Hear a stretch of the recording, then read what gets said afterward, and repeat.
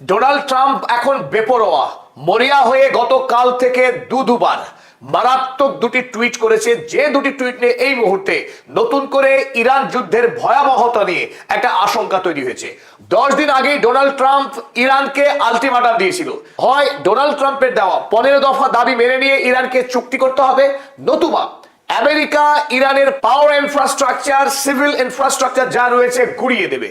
আর সেই 10 দিনের মেয়াদ শেষ হয়ে আসার মুহূর্তে নতুন করে ডোনাল্ড ট্রাম্প গতকাল আবারও হাড় হিম করা হুমকি দিয়েছে ইরানকে। ডোনাল্ড ট্রাম্প এই মুহূর্তে মানসিক ভারসাম্যহীন উন্মাদ এই আমেরিকার রাষ্ট্রপতি গতকাল নতুন করে ট্রুথ সোশ্যাল পোস্টে লিখেছে, remember when I gave Iran 10 days to make a deal. ইরানকে আমি 10 দিন দিয়েছিলাম চুক্তি স্বাক্ষর করবার জন্য, or open up the Hormuz Strait. যদিও হরমুজ স্ট্রেইট খোলার কোন প্রসঙ্গই তিনি রেখেছিলেন না 10 দিন আগে, তিনি ধরে নিয়েছিলেন হরমুজ প্রণালী খুলতে পারবেন না। নতুন করে আবারও হরমুজে ফিরে এসেছেন। Time is running out 48 hours before all hell will rain down on them. তিনি বলছেন 48 ঘন্টার মধ্যেই ইরানের নরক নেমে আসবে। এর অর্থ এই, ডোনাল্ড ট্রাম্প আরো একবার নতুন করে ইরানের রাষ্ট্রনায়কদেরকে ভয় দেখানোর চেষ্টা করছেন যে তার ভয়ে কোনো কাজ হয় কিনা। এই সাইকোলজিক্যাল ওয়ারে ইরান আমেরিকার কাছে নতি স্বীকার করে নেয় কিনা সেটাই দেখতে চাইছে ডোনাল্ড ট্রাম্প।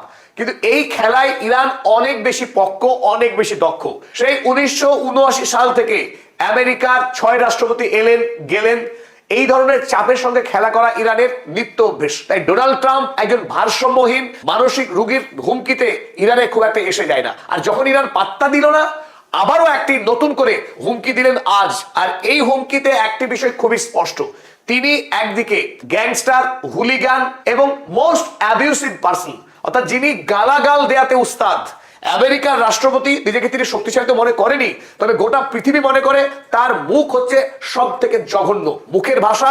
পৃথিবীতে কুখ্যাত গালাগাল দেওয়া লোকগুলো যদি কম্পিটিশন হয়, সেই গালিতে জিতবে এই নোংরা ডোনাল্ড ট্রাম্প। শুধু গালি দেওয়াই নয়, খোদ আজ ইসলামের বিরুদ্ধেও তিনি একটা মারাত্মক অন্যায় করেছেন তার এই টুইটে। চলুন একবার দেখে নিই এই নোংরা ব্যক্তি কি লিখেছেন। Tuesday will be power plant day and bridge day.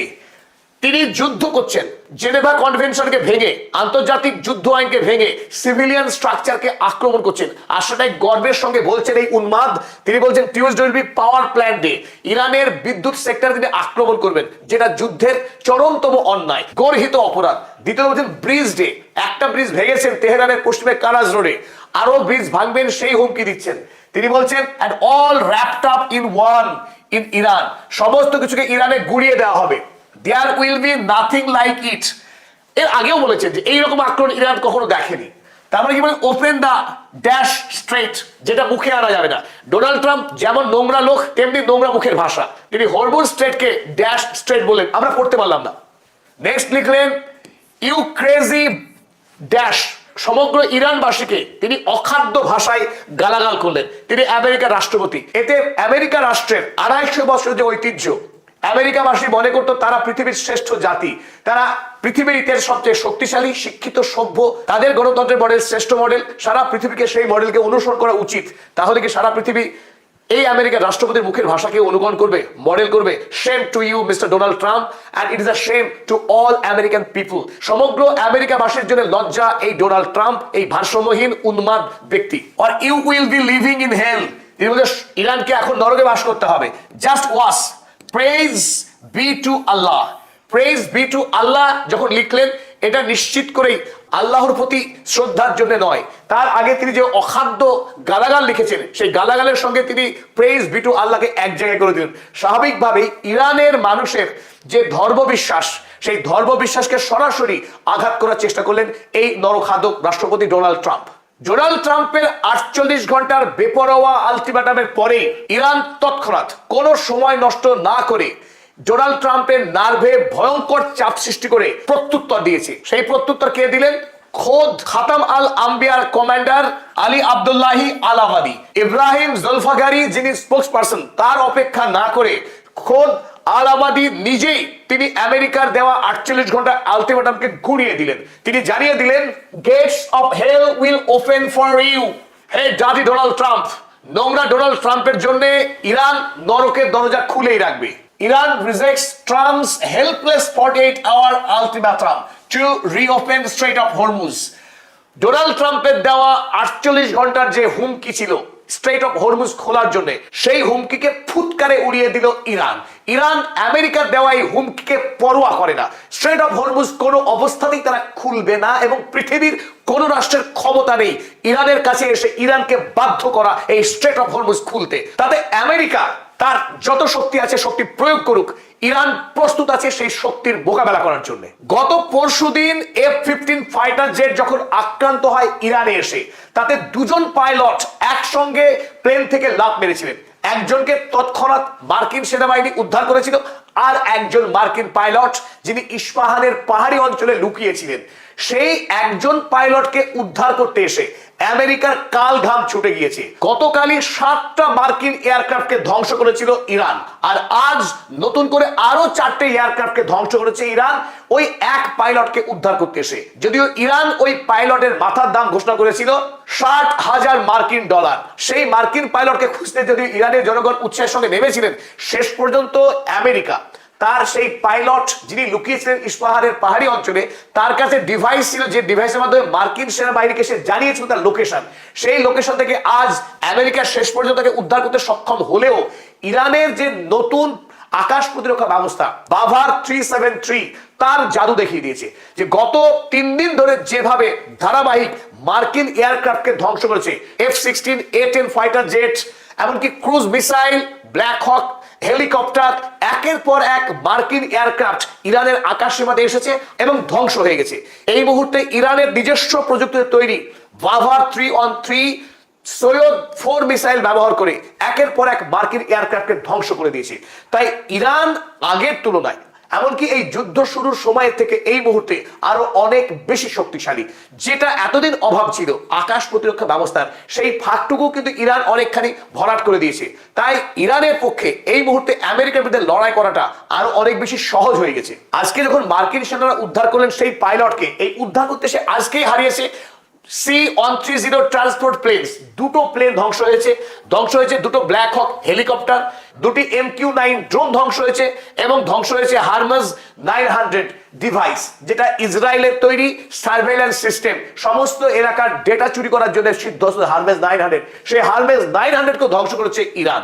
তাই ইরান এই মুহূর্তে যতখানি শক্তিশালী জায়গায় অবস্থান করছে, আর তাতেই আমেরিকা যারা ভাবছিল ইরানে গ্রাউন্ড ইনভেশন করবে, স্থলযুদ্ধ করবে, তাদের হৃৎপিণ্ড এমন ভাবে চলতে শুরু করেছে, ধুকফুক ধুকফুক করতে শুরু করেছে।